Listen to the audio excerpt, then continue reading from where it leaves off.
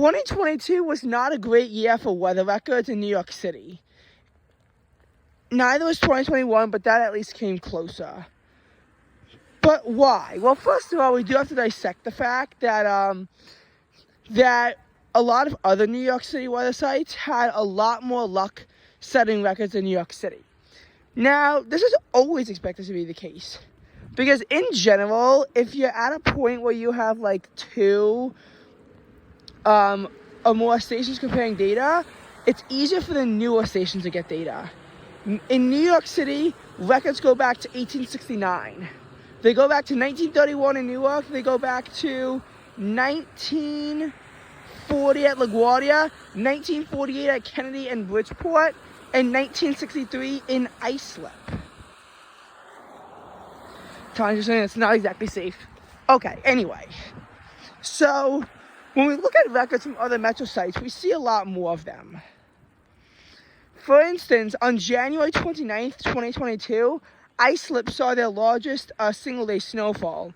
So far for the winter, Islip has only seen 0.4 inches. We saw 0.8 at Bridgeport, 0.4 at LaGuardia, 0.1 at Newark, and just a trace at Central Park and Kennedy. So, New York City still has yet to record measurable snowfall, and it's already the second half of January with no snowfall in sight.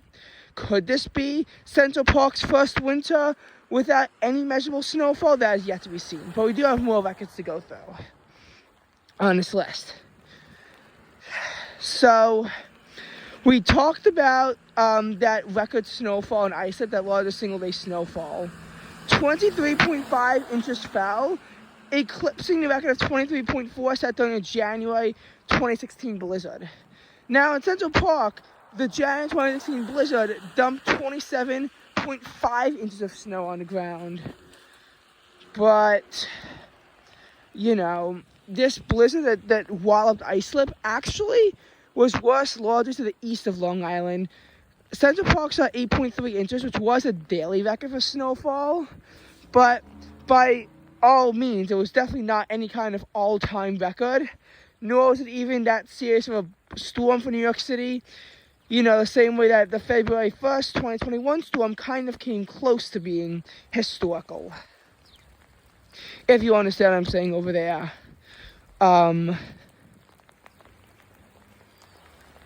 So, you know, very snowy for the east. Providence and Boston also set single-day records for snowfall. So yeah, all that good stuff. Also on January 2nd, some New York City weather sites saw record highs, and a high of 59 in New York City and Central Park that day was nowhere near a record high. However, as we go, throughout January, it kind of ebbed and flowed with very little records. February did offer a record opportunity for New York City. The 17th saw a record high of 68 after a record warm low of 49 on that day. And only one of the site, and I forgot which, set a record, but that's because of the winds off the water that constrained most of the other sites' temperatures. When that stopped on February 23rd, New York City's high of 68 failed to set a record, and every other site set a record. Islip actually tied their monthly record high of 68 from February of 1976, and I guess what makes that impressive is that, Islip was around when Central Park saw their record of 78, on February 21st, 2018, with Newark hitting 80 and LaGuardia 79. So, with all of that stuff, with all that stuff going on, it makes sense to see how this could happen. Well, yes, these records in Islip aren't too reliable. I love to compare them to when New York City hits these records to see, was this around when Central Park hit this record? And in Islip's case, the answer is actually yes. Yes, it was. One other site in the Northeast set a monthly record high that day, Bangor, Maine at 65 degrees.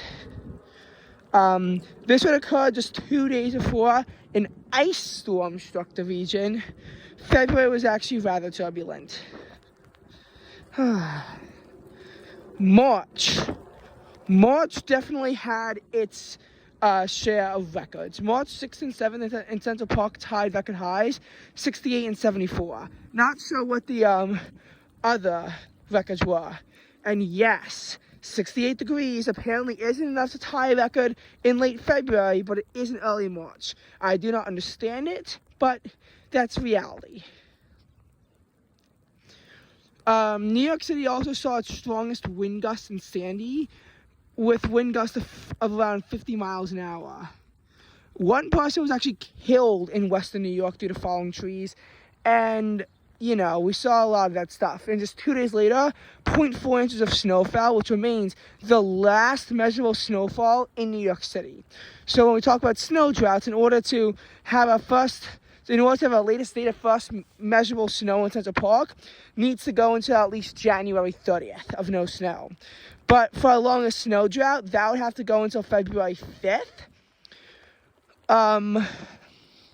Because we did see a little bit of late season snowfall, even though most of the snow was concentrated in January.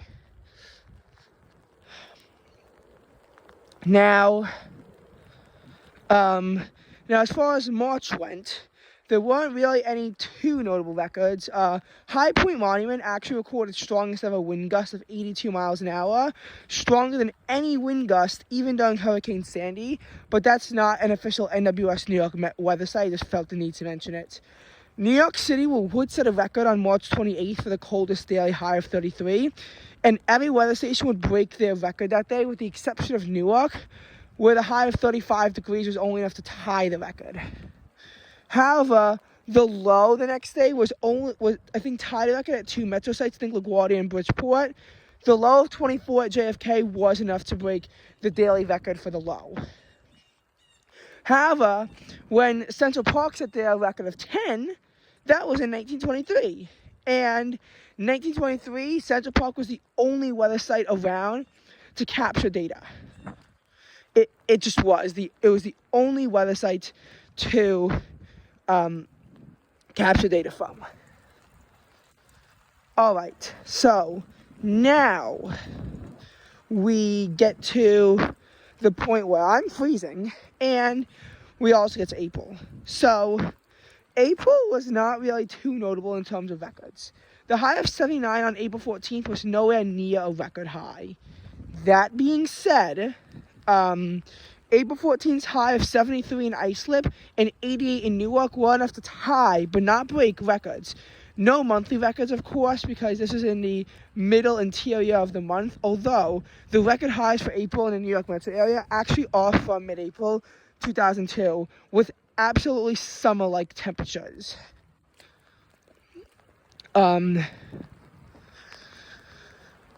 So, with all that being said, April kind of, was just this ebb and flow kind of month. That's how May started off, with a nor'easter mixed in on May 7th. But after that, more records started to be set. May 9th, 15% humidity late at night. That was the lowest humidity ever in May, but records for that are both number one, unreliable, and number two, only existed in the 21st century, so in a year since 2000. So it's a little bit unfair to say that it's a very notable record at all. And that's evident by the fact that no media sources picked up on it. Oh my God. Oh no, I actually want to check to see if the May 7th high was enough to break any records, but I'm pretty sure it wasn't. Oh my God. But I'm pretty sure it wasn't enough for a record.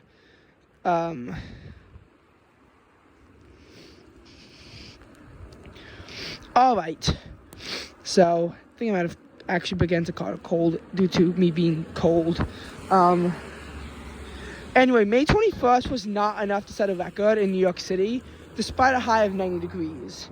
And while this is a very late date for the first high in the 90s, this has happened in June before. So for one of the latest days for the first 80-degree temperature. It was enough, however, to tie a record in Islip. May 22nd's low in New York City of 72 was enough to break a record, although it wasn't really picked up in any media sources. However, then the cold left, but then it returned on May 31st with a vengeance. Several places in the New York metro area set or tied record highs as the thermometers climbed to the mid-90s, but Central Park failed to do so. And I do actually want to check to see if May 7th could also have set a precipitation record anywhere. Anyway, June.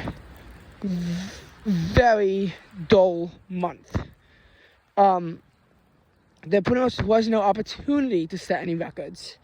July 24th was expected to break a record. It was, but it couldn't materialize. But July 18th did see 1.85 inches of rain in New York City, which was a daily record. However, what we have to understand is that while New York City saw record rain, it was very localized. This meant that despite a very dry first half of July, New York City would actually be quite wet in the second half. But as the rains, largely missed Newark, New Jersey, they only had 0.55 inches. That is Newark's driest ever July. Oh my God, these piles are getting worse. Also, things like in the 30s. Anyway, so as far as heat records go, Newark set a daily high on July 24th, but what's more impressive is from July 20th to 24th, Newark was always in the triple digits. That is their longest ever streak in the triple digits. Longest ever streak in triple digits. And August would prove to be the third hottest in New York City, but the absolute hottest in Newark and Islip. And the previous, and in the warmer August in New York in 1980 and 2015, both sites were around for both of them. It was extremely hot in the first half, although no records were set due to, again, overlapping temperatures. Due to, several early August heat waves. Then we seemed to have a fall preview, which was actually warmer than expected. And then the heat flared back at the end of the month, but no records. September would also fail to set any records, despite having this switch from being warm to cold. And in the long run scheme of things, when you average everything out, it actually was rather uneventful.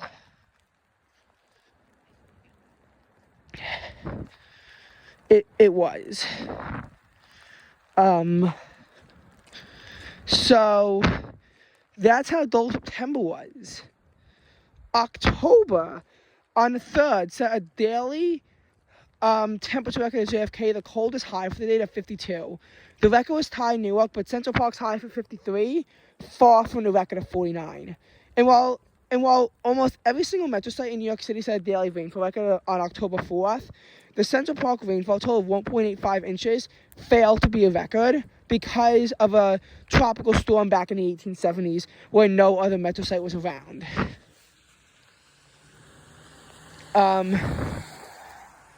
Now, as far as November goes, November 5th to 7th saw a heat wave, several record highs set in several New York City metro sites.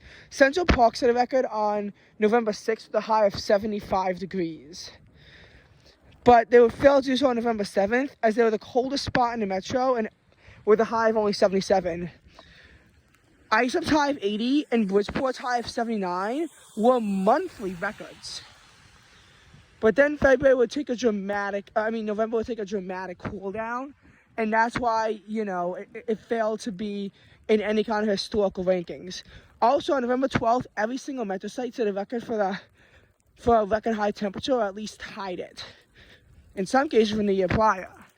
And while Central Park would fail to break that kind of record, its low of 60 degrees was still a record for the warmest low the day after Veterans Day. This is in the aftermath of Nicole, right before cold berated down. So if you want to eke out near 70 temperatures, this is your last opportunity. And even if you only cared about 60s, that would also have to wait for quite a while. My shirt is drenched. I need to change. Heading into December, not really too many notable records to be set there. I think that the number one important record to note from December was Christmas Eve, and while the high 15 in Central Park failed to be a record due to 1872, every other Metro site had a high of 16 or 17, and that was a record.